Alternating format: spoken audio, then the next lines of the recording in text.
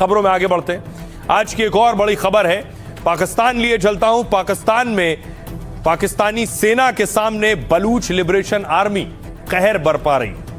BLA का attack और 45 पाकिस्तानी सैनिक ढेर हो गए, यह दावा किया जा रहा है। कुछ इस तरह बताया गया कि पाकिस्तानी सेना की बस जा रही थी जिस पर बीएलए ने टारगेट किया है।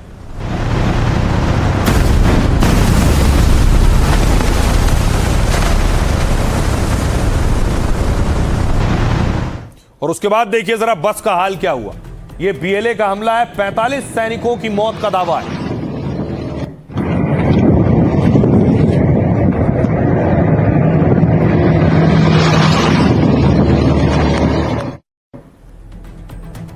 राइए, अब आपको दिखाऊं कि वहां पर सिचुएशन क्या है, वहां किस जगह पर यह अटैक हुआ है जहां पाकिस्तानी सैनिक और जवान मौजूद थे। ये देख रहे हैं तस्वीर।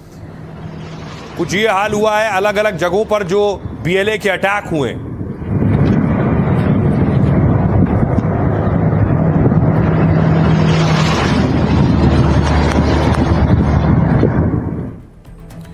यह हमला कैसे हुआ? बलूचिस्तान में दरअसल पाक सेना के लिए चुनौतियां लगातार बढ़ती जा रही। बीएलए ने दावा किया है कि उसने पाक सेना की एक बस को उड़ा दिया है। इस हमले में 45 सैनिक मारे गए जबकि दर्जनों सैनिक घायल हैं। पाकिस्तानी सैनिकों से भरी यह बस क्वेटा कराची हाईवे पर जा रही थी। इसी दौरान पहले से घात लगाए बैठे बीएलए लड़ाकों ने इस बस को उड़ा दिया। हमले से अफरा तफरी मच गई और मौके पर अतिरिक्त सुरक्षा बल तैनात किए गए, लेकिन बीएलए ने पाकिस्तानी सेना की इस टुकड़ी पर भी हमला किया। इस हमले के बाद पाक सेना और बीएलए लड़ाकों में मुठभेड़ हुई। पाकिस्तान सेना ने भी इस हमले की पुष्टि की है। हालांकि हमले में मारे गए जवानों की संख्या अब तक जारी नहीं की है।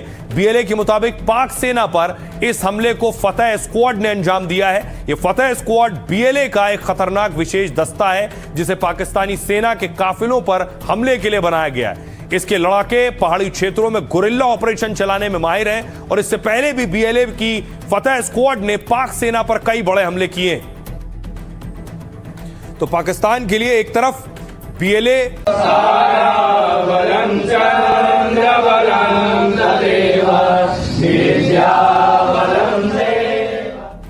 तो आपने देखा किस तरह से हो रही है प्रायश्चित पूजा। राम मंदिर में चढ़ावे की चोरी के बाद प्रायश्चित अनुष्ठान शुरू हो गया। मंदिर परिसर की शुद्धि के लिए यह पूजा की जा रही है। श्री राम जन्मभूमि तीर्थ क्षेत्र ट्रस्ट ने इसका आयोजन किया है और इसमें भगवान से क्षमा याचना के लिए पूजा पाठ किया जा रहा है।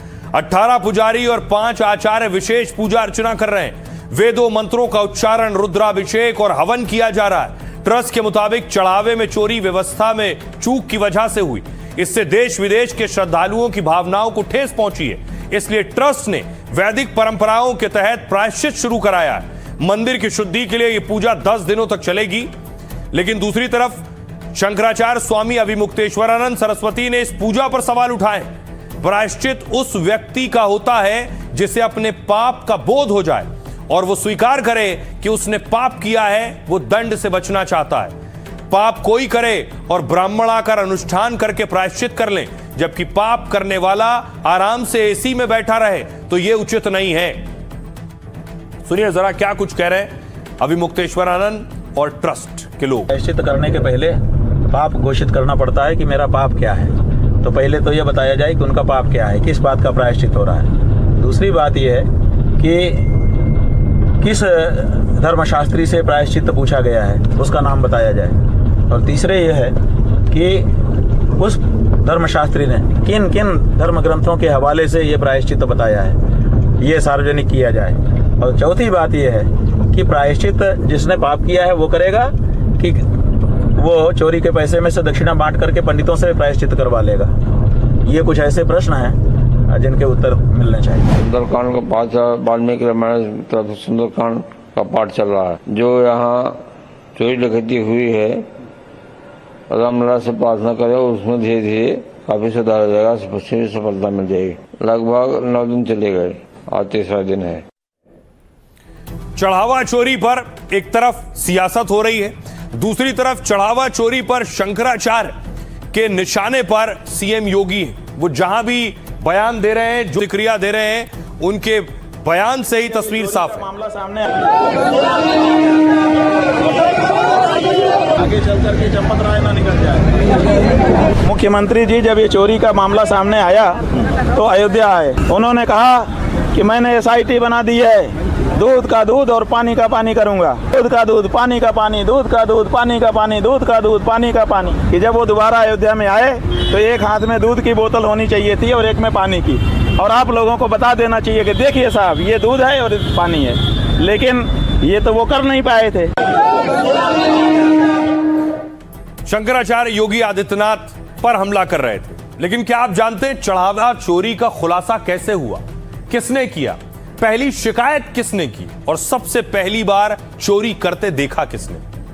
चढ़ावा चोरी का खुलासा किसी शिकायत से नहीं हुआ, एक चौकीदार की ईमानदारी से चोरी का मामला सामने आया। सूत्रों के मुताबिक मई के अंतिम हफ्ते में इसका खुलासा हुआ। मंदिर परिसर के बाथरूम में 40,000 रुपए छिपा कर रखे गए थे। बाथरूम में 40,000। गेट पर तैनात एक गार्ड की नजर इस पर पड़ी। उसने तुरंत श्रीराम जन्मभूमि तीर्थ क्षेत्र के ट्रस्ट के एक ट्रस्टी को इसकी सूचना दी। सूचना मिलते ही ट्रस्ट के वरिष्ठ पदाधिकारी मंदिर पहुंचे, सुरक्षा अधिकारियों और दूसरे ट्रस्टियों को इसकी जानकारी दी। शुरुआती जांच में दान पेटियों से आने वाली नकदी में गड़बड़ी की आशंका सामने आई। इसके बाद ट्रस्ट ने पहले आंतरिक जांच की, फिर 4 जून को जिला प्रशासन को पूरे मामले की जानकारी दी। इसके बाद जून के आखिरी हफ्ते में FIR दर्ज की गई। पुलिस ने 8 आरोपियों को गिरफ्तार किया। पुलिस को टिन्नू मनीष यादव की 39 घंटे की रिमांड मिली है। मनीष यादव मुख्य आरोपी है, टिन्नू यादव का भतीजा है। पुलिस कल दोनों आरोपियों से पूछताछ भी करेगी तो कुछ और खुलासे होंगे। सुनिए, इस पर सियासत भी खूब हो रही है। क्या कह रहे हैं सियासतदान? अनुष्ठान कर रहे हैं, तो ये इससे साबित हो गया कि पूरी तरीके से वहां चढ़ावा चोरी और जो बातें निकल कर आई हैं ये इन्हीं के लोग गोविंद गिरी के द्वारा ये प्रश्चित करना ये साबित करता है कि पूरी तरीके से ये लोग चढ़ावा चोरी। और ये देखिए, गोपाल राव ने अयोध्या छोड़ी, ये आ गया कि गोपाल राव ने अयोध्या छोड़ दी है। ये देखो आप, ये क्या है, अयोध्या छोड़ दी गोपाल राव ने, इसका मतलब कि चोर हैं ये लोग, भाग रहे हैं। भगवान श्री राम जी के मंदिर में चढ़ावा और चंदे का मुद्दा है, उस मुद्दे को समेत विभिन्न मुद्दों को संसद में उठाने का काम करेगी और विपक्ष के जो भी मुद्दे होंगे उस पे जो जितने भी विपक्षी सांसद हैं वो बैठ के बात करेंगे। राम भक्त जिनके कन कन में रोम रोम में राम हैं, वो सारे राम भक्त आज भगवान राम को पूजते हैं, उनकी भगवान राम के प्रति श्रद्धा है। जो भी हो रहा है उसका जांच होकर दूध का दूध और पानी का पानी हो जाना चाहिए। महीने से भी ज्यादा अरसा गुजर गया, पल्ली पापोती हो रही है। उनके दिलों से पूछिए जिन्होंने अपने जेवर उतार के राम जी के नाम पर दिए। सिर्फ राम मंदिर नहीं, एक और मंदिर है जिसमें चोरी पर बड़ा एक्शन हुआ है और वो तस्वीर है बद्रीनाथ की। आप देख रहे हैं बद्रीनाथ में भी चोरी का खुलासा हुआ, जहां हजारों श्रद्धालु और भक्त पहुंचते हैं। इस मामले में कार्रवाई हुई। अगली तस्वीर देखिए जरा। SIT स्पेशल इन्वेस्टिगेशन टीम बनाई गई। SIT की टीम बद्रीनाथ पहुंची।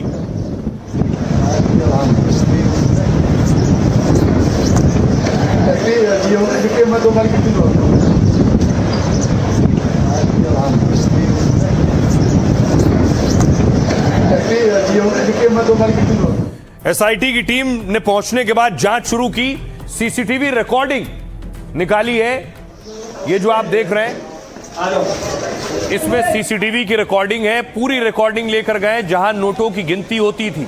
नोट गिनती के दौरान क्या चोरी की गई, क्या घपला किया गया, क्या नोट गायब किए गए, वो सारी जानकारी CCTV में।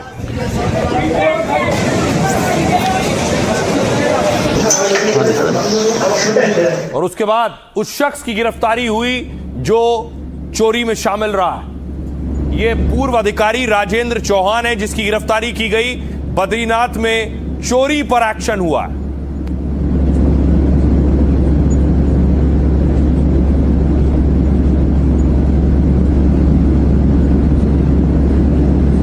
अब बड़ी बात यह है कि राम मंदिर का मसला आ गया, बद्रीनाथ का मामला आ गया। ये चौंकाने वाले हैं कि इतना आस्था और भक्ति की जगह पर ये लोग आखिर ऐसा पाप क्यों और कैसे कर रहे थे। देखिए जरा बद्रीनाथ मंदिर चोरी मामले में पूर्व अधिकारी राजेंद्र चौहान गिरफ्तार किए गए। जांच कर रही SIT ने राजेंद्र चौहान को अरेस्ट किया। CCTV फुटेज में पूर्व अधिकारी नकदी चोरी करते देखे गए। 20, 25 और 29 जून को वो नकदी चोरी करते सीसीटीवी में कैद हुए। एसआईटी ने पूर्व अधिकारी राजेंद्र चौहान से 4 घंटे पूछताछ की। इसके बाद एसआईटी ने उन्हें अरेस्ट किया। इस मामले की जांच कर रही समिति ने अपनी रिपोर्ट सौंप दी है। 18 पन्नों की रिपोर्ट में चोरी रोकने के लिए कई सिफारिश की गई है। चढ़ावे की गिनती के लिए ड्रेस कोड लागू करने का सुझाव है। काउंटिंग सेंटर पर नए सीसीटीवी लगाने की सिफारिश है। 2 जुलाई को सोशल मीडिया पर एक तस्वीर वायरल हुई, जिसके बाद मामले की जांच के लिए टीम गठित की गई। एसआईटी की टीम डिलीट किए गए सीसीटीवी फुटेज को खंगाल रही है। मामले की जांच के लिए सरकार ने 4 सदस्यों की एसआईटी टीम गठित की है, जो एक्शन ले रही है। अब एक तस्वीर आपको दिखाऊं कि कैसे जहां चढ़ावे की गिनती होती है वहां सीसीटीवी लगाए गए। देख रहे हैं, जो चढ़ावा आया है, कैश में नोट है, उनकी गिनती कर रहे हैं लोग और ऊपर सीसीटीवी लगाया गया इस वक्त।